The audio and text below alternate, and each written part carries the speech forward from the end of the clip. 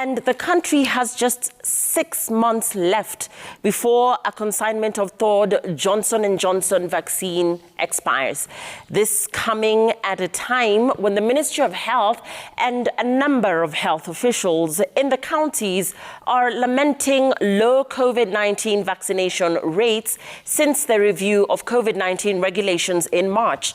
As Raquel Muigai reports, the third Johnson & Johnson vaccines were to expire in April before the Poisons and Pharmacy Board approved the World Health Organization recommendation to extend its shelf life.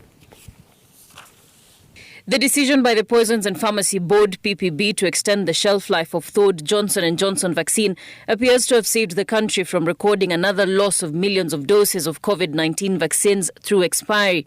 Principally, in March this year, WHO issued a recommendation, which was a positive recommendation, to extend the shelf life of the vaccine at storage of 2 to 8 degrees from the previous recommendation of 4.5 months to 11 months. So that gives an additional about almost 6.5 months extended shelf life for vaccines J&J stored at 2 to 8 degrees.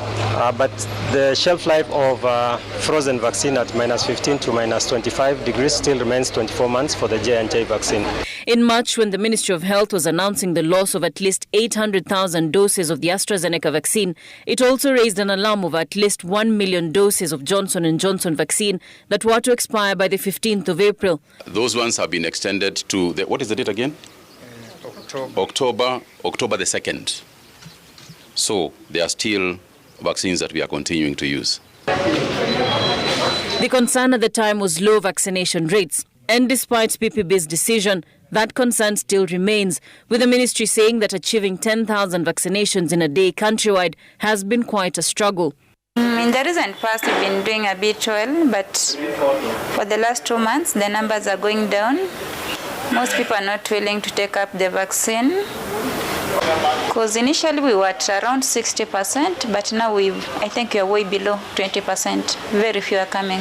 So obviously as at now we have so many people who have taken dose 1 who are supposed to have come for dose 2, but now we consider them as defaulters. So we have a lot of defaulters. I'm not saying that we are going to have our vaccines expiring, but we'll really achieve that through a lot of struggling. The Nakuru County Health Department has similar experience. A total of 8,031 defaulters recorded by the 6th of May.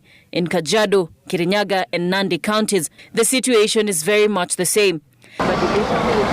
Vaccine apathy is, however, not a Kenya-only affair, as a number of countries have recorded hesitancy among their populations in taking the vaccine as the number of COVID-19 infections continues to decline.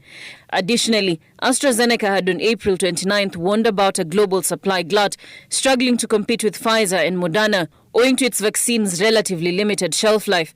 This comes even as reports regarding the safety of the Johnson & Johnson vaccine continue to mount after the Food and Drug Administration in the United States of America imposed new restrictions on use of the vaccine, stating that the risk of a rare and life-threatening blood clot syndrome outweighed the benefits of the vaccine. Those who have not been vaccinated should actually be going now to be vaccinated, because what is going to happen is that when you hear when you have a surge of the attacks, the viral attacks, then you see people rushing and queuing and so on. So why wait? Why not just go now when there is no queue? In Kenya, the Ministry of Health says it will continue targeting categorized groups to increase vaccination rates that will work towards achieving the target of 19 million people fully vaccinated by June. Raquel Muigai, Citizen TV.